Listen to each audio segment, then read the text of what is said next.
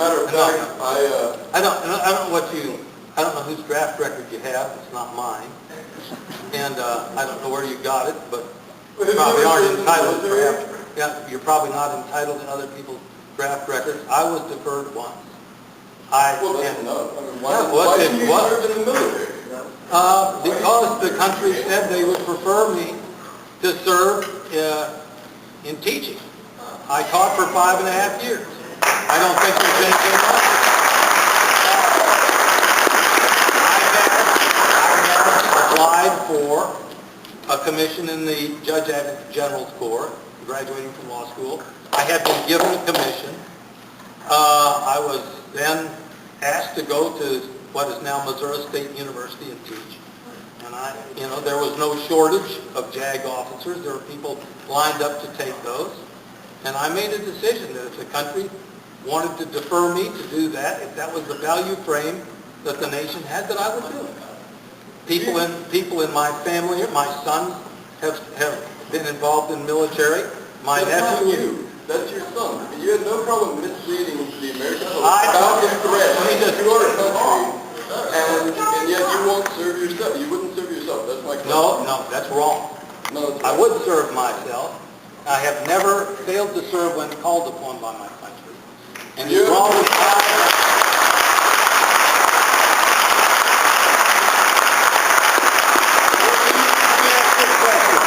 were you drafted? I was not drafted. What are you complaining about?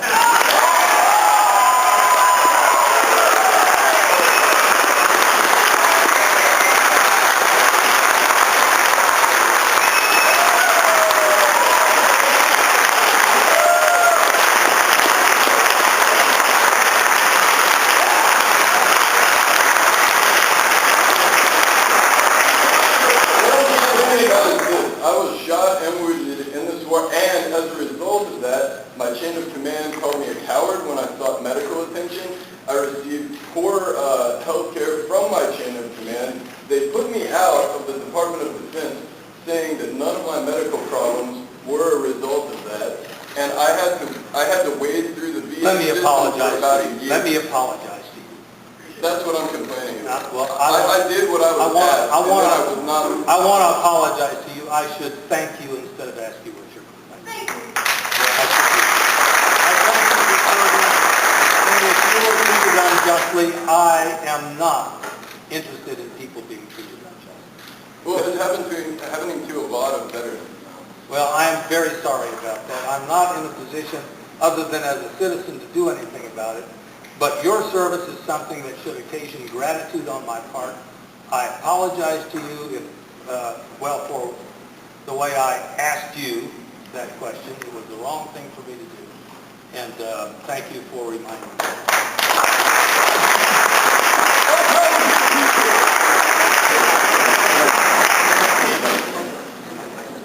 You have a reputation as a Southern gentleman, and in Texas, we usually like to speak on the same level. I don't know, do you prefer to step down or hard to step up there? Sure, let this man step up here. I didn't say give him the microphone. The rules don't bring the mic. The rules will be the same. He'll hold the mic. Here, let me make this a little easier.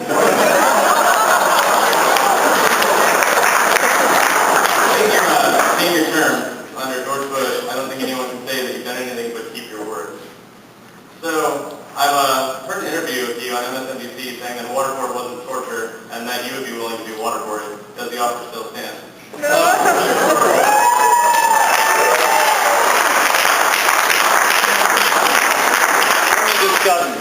The idea, the words waterboard do not define any particular set of activities. They define a very broad group of activities. It's a label. And so there are things that you could call waterboarding that I am firmly convinced are not torture. There are things that that you could call waterboarding that might be torture. And the point that ought to be understood is that throwing a term around recklessly for its emotional content doesn't really get you anywhere. Let me answer a question, and I think I believe that there are times when you should have the ability to use enhanced interrogation. Now, do I believe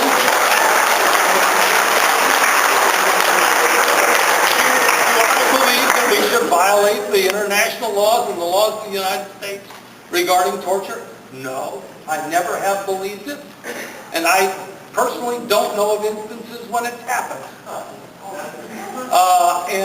When people have abused detainees and they have violated the law, they have been called to account.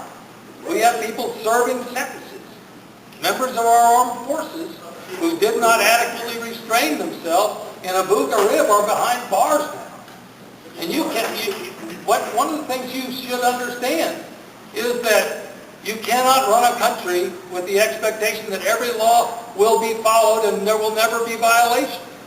But you can run a country where there is accountability, and for people who do violate the law, they're prosecuted. And that's what I believe we have done. And now the Congress decided that it would change the definition of torture about 2 years ago. Now, why would it do that? If it thought that all the laws we had on torture adequately covered the things that they might be concerned about. My judgment is that I have to give the presumption of meaning to the Congress of the United States, and they decided that they wanted some things to be included or excluded from the law relating to that weren't previously done. And the Congress should do that. That's the way the country ought to operate. The President signs it, it becomes law, and there's a new standard. I think that's called democracy. And law by public opinion on catchphrases is not democracy. Now, you wanted to clarify something, and you have been kind to stand there, so now you take it. I think you covered it, but I do have one more quick apolitical question. How often do you talk to your dog? What? How often do you talk to your dog? Very infrequently. I spend more time with you than with my dog.